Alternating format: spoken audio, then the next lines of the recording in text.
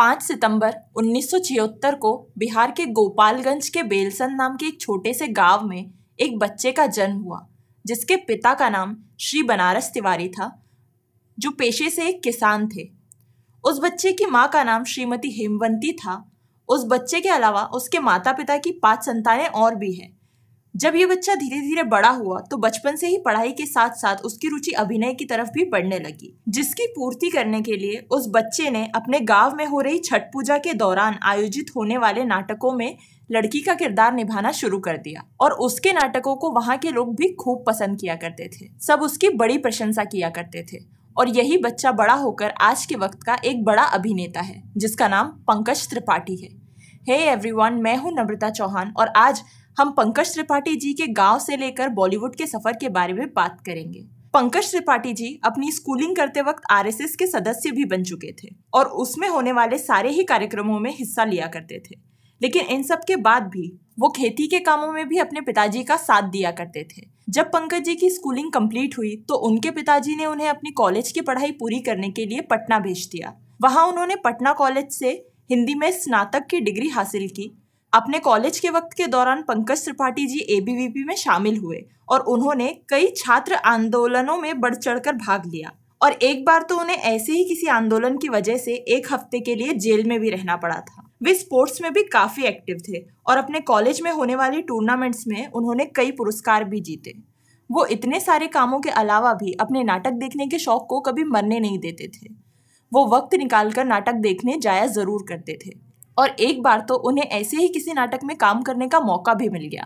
1995 में उन्हें लीला नंदलाल नाम के एक नाटक में एक चोर की छोटी सी भूमिका निभाने का मौका मिला। ये नाटक एनएसडी के पास आउट विजय कुमार के द्वारा निर्देशित किया गया था। पंकज त्रिपाठी जी जब भी कोई अभिनय करते, भले ही वो छोटा मोटा क्यों ना हो, वो अपनी खामियों के बारे में लोगों से सलाह जरूर लेते थे, क्योंकि 1996 के बाद से उन्हें 4 साल तक थिएटरों में काम करने का मौका मिला और उनका फिल्मों वगैरह से अपना करियर बनाने का ऐसा कोई उद्देश्य तब नहीं था। इसीलिए उन्होंने अपना होटल मैनेजमेंट का कोर्स हाजीपुर से पूरा किया और 2 साल तक पटना के होटल मोरिया में भी काम किया।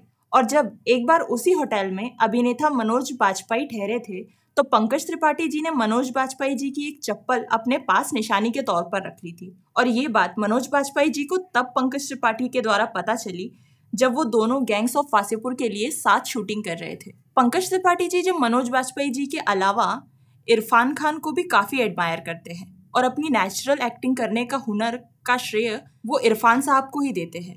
अब भले ही वे होटल में काम कर रहे थे, पर साथ ही साथ वो थिएटर भी किया करते थे। वो रात को होटल में काम करते तो सुबह सुबह जाकर थिएटर किया करते थे। ऐसे करते करते उन्होंने करीब 2 साल तक होटल में काम किया, जिसके बाद एक वक्त ऐसा भी आया जब उन्हें जूते बेचने का भी काम करना पड़ा। ये वक्त उनके लिए बहुत मुश्किल था। एक बार तो तेज तूफान आने के कारण उनके मकान की टीन की छत भी उड़ गई और उन्हें रात भर खुले आसमान के नीचे ही रहना पड़ा। कुछ साल बाद साल 2001 में उन्होंने नेशनल स्कूल ऑफ ड्रामा में एडमिशन लिया और साल 2004 में वो अपनी एक्टिंग पूरी करने के बाद पटना लौट आए और 16 अक्टूबर 2004 को फिल्मों में काम ढूंढने के लिए मुंबई चले आए। शुरुआत में उन्होंने फिल्में तो नहीं, पर गुलाल, बाहुबली और सरोजनी जैसे कई धारावाहिक में काम करने का मौका मिला।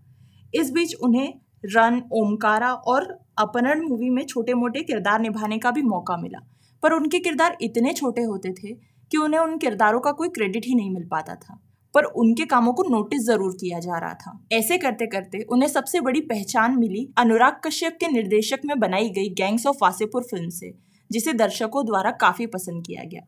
दरअसल जब पंकज त्रिपाठी जी गुलाल सीरियल की शूटिंग में बिजी थे, तभी उन्हें फेमस कास्टिंग डायरेक्टर मुकेश चाबरा ने गैंग्स ऑफ वासेपुर के ऑडिशन के लिए बुलाया। हालांकि उस वक्त अनुराग कश्यप इस बात से बिल्कुल भी सहमत नहीं थे, पर फिर भी मुकेश जी ने उन्हें समझा बुझाकर सुल्तान की भूमिका पंकज त्रिपाठी जी को निभाने का मौका दिया। और उनका ये फैसला बिल्कुल सही साबित हुआ, क्योंकि पंकज त्रिपाठी जी ने अपने किरदार के साथ पूरा इंसाफ किया। और वो दिन था और आज का दिन है, पंकज जी ने कभी अपने करियर में पीछे मुड़कर नहीं देखा। वो एक के बाद एक दमदार किरदार निभाते गए। सिर्फ फिल्में ही नहीं, उन्होंने कई मशहूर वेब सीरीज में भी काम किया है और अब तक पंकज त्रिपाठी जी 60 से भी ज्यादा किरदार निभा चुके हैं। पंकज त्रिपाठी जी का कहना है कि उन्हें फिल्मों में काम करने के लिए कभी भी ज्यादा मेहनत नहीं करनी पड़ी, क्योंकि मुंबई आकर उन्हें ये सब अपने आप मिलता चला गया और मुंबई में उन्हें कभी किसी चीज की परेशानी नहीं उठानी पड़ी। साथ ही साथ पंकज त्रिपाठी जी अपनी सफलता का पूरा श्रेय अपनी पत्नी मृदुला को देते हुए कहते हैं कि मेरी पत्नी मृदुला ने सारी जिम्मेदारियां अपने ऊपर उठा ली, क्योंकि पंकज जी जब मुंबई आए थे तो उनकी पत्नी मृदुला भी उनके साथ ही आई थी और मुंबई आकर उन्होंने गोरेगांव के एक स्कूल में शिक्षिका की नौकरी की और पंकज जी का उनकी जर्नी में पूरा साथ दिया। तो बस यही थी पंकज त्रिपाठी जी की कहानी। और अगर आपको ये वीडियो पसंद आई हो तो प्लीज वीडियो को लाइक करें और हमारे चैनल को सब्सक्राइब करें।